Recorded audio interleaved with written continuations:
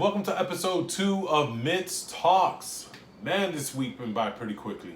So thank you guys for tuning in tonight. But before I jump into episode 2, I just want to take a moment to thank every single person that subscribed and that also reached out to me about episode 1, gave me some great feedback.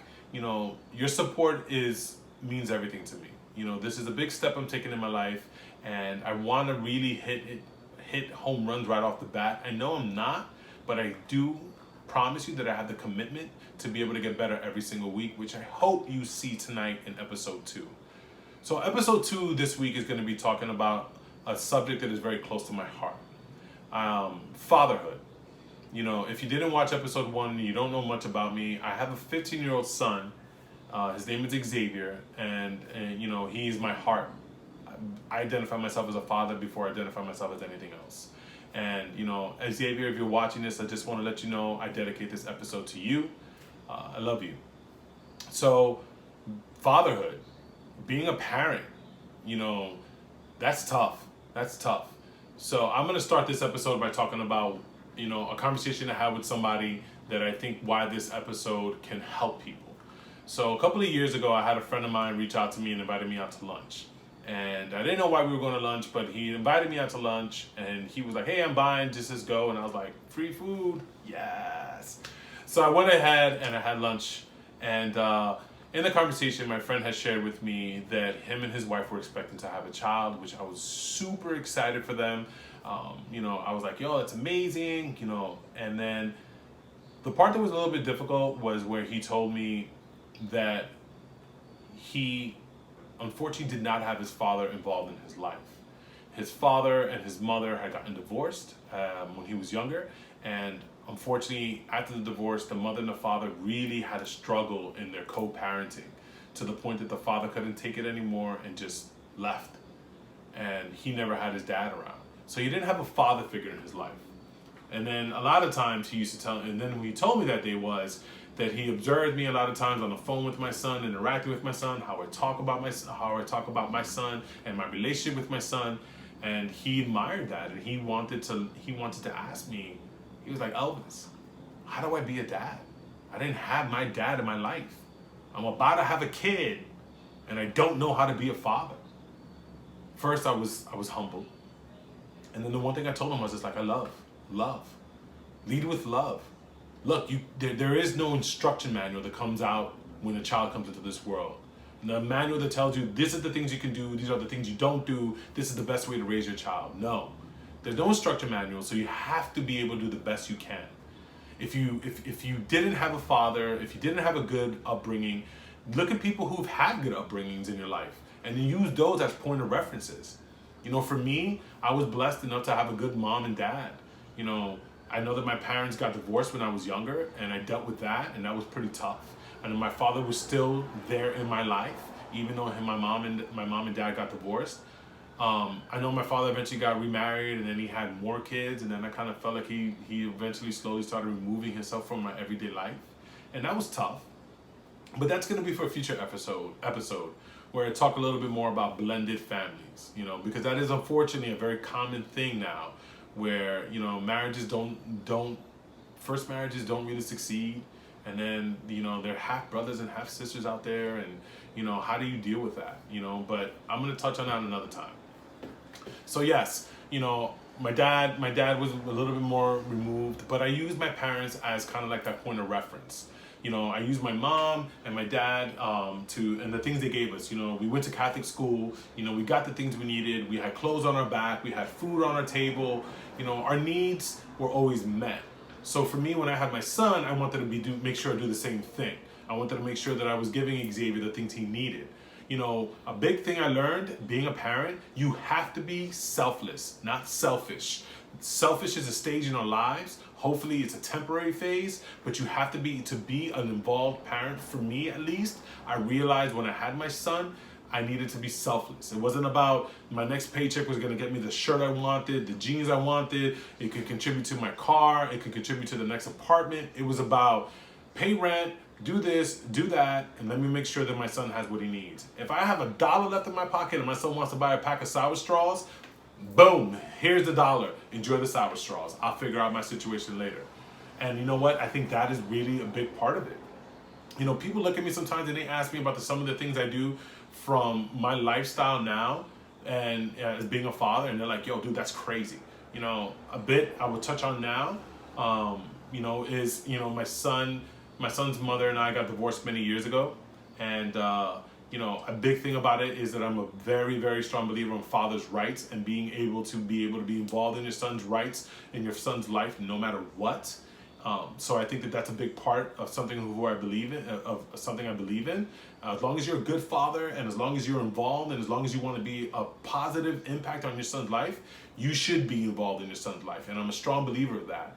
So I think when my ex-wife and I separated, I turned around and I was like, my life is about my kid. I don't care if I got to quit my job and work at McDonald's so I could turn around and be able to be more involved in his life every single day. For my schedule could rotate around his, guess what? I would do it. I would do it in a heartbeat, because that is the time that I would not lose, or that I do not want to lose. So yet again, I go back to being selfless. You know, you have to be selfless.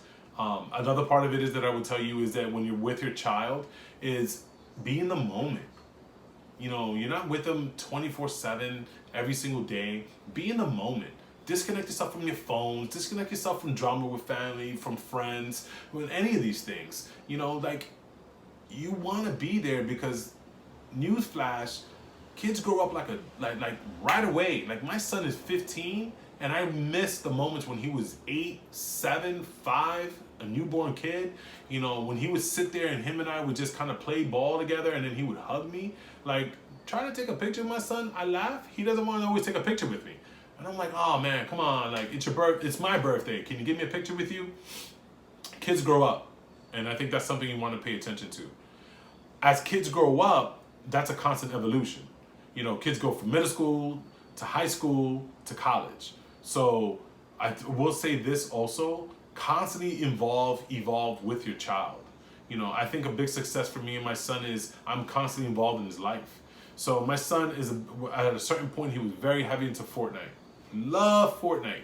So I turned around and I went ahead and I brought myself a PlayStation 4. I was already a bit of a gamer in the past growing up. So I brought myself a PlayStation 4 and I started playing Fortnite with him. And then I started buying skins. And then I was all about Fortnite. And I remember sometimes I'd be playing with him and his friends and I'm on the mic and they're all like, yo, who's Mitz? And he's like, oh, it's my dad. And I'm like, they're like, oh, you play with your dad? That's super cool. And another kid's like, I wish I played with my dad. Play with your kids. Enjoy video games with your kids. Because the second you start becoming disconnected, and it's not, and I'm using this as a reference because I'm talking about Fortnite, but that ensured that when the conversation, like when I was with my son, there wasn't the dead space, the dead in regards to we weren't talking. I found things to consistently keep interacting with him about, things that it was important to him. It could be sports, it could be basketball, it could be movies, it could be anything. Involve yourself in it. Because that constantly keeps letting your son know that I could talk to you about it and you could talk to me about it and you could share different point of views. So yeah, I was playing Fortnite and I don't mind it and I don't care because at the end I enjoyed it, and the other part of it is it kept something for me and my son to be able to say who got a better skin, you know, and I love those things. So my son plays basketball, I play basketball with him. I work at 7 o'clock in the morning sometimes. My son's like, oh, Papi, I want to start working out. You want to go to the gym with me, or you want to start doing some drills with me? I'm like, let's go. You're not, your kid is a kid of the wild. You have these moments now. So enjoy these moments. Enjoy being a father and a parent. And I don't care if you're a mom or a dad, be involved. You know, your kids deserve that. And you deserve that. Because the beauty of it is that this is your legacy. This is what you're leaving behind. So, again, just because you could be a parent doesn't mean you should be a parent. And, you know, it's unfortunate that kids out there in this world, they grow up without moms or grow up without dads. But know your role. You know, no one here is perfect. I'm not a perfect father. And I know that. I know I'm not a perfect father. But the good thing about it is that the thing I do know about it is that I'm a damn good father. I'm a good father. I'm involved in my kid's life. I talk to my kid. I spend time with my kid. I go everywhere with my kid. And, you know, I think that you as an individual need to understand that it's okay to critique yourself. It's okay to have self-awareness. But if you have those moments where you realize there's opportunity, take those moments to change that. So the next time you're with your kid, you know what it is. I know a lot of us who work 9-to-5 jobs or long jobs or overnights, it's taxing mentally, emotionally, physically. But when you're there, just take a deep breath and then go do it. Go do it for them. Go do it for them, because they deserve it. Look, again, being a parent is not easy. Being a father, being a mother is not easy. But at the end of the day, you know what? Your kids didn't ask to come into this world, but they're here. So be involved in that process. Pat yourself on the back if you've already done a great job. But, I look at my son all the time, and I'm super thankful for being able to be involved in his life. I'm the blessed one. You're the blessed one. And, the funny thing about it is that when I fell into my fitness focus and, I found the missing piece of the puzzle, which I will talk about in future episodes down the road, of how you find your way when you find that piece of the puzzle to get that fitness right, and you start looking the role. A lot of my conversation with my son about, like, let's talk about this workout. How do I get this? How do I get that? And I think those are the things that you can sit there and be like, man, it's not just about homework.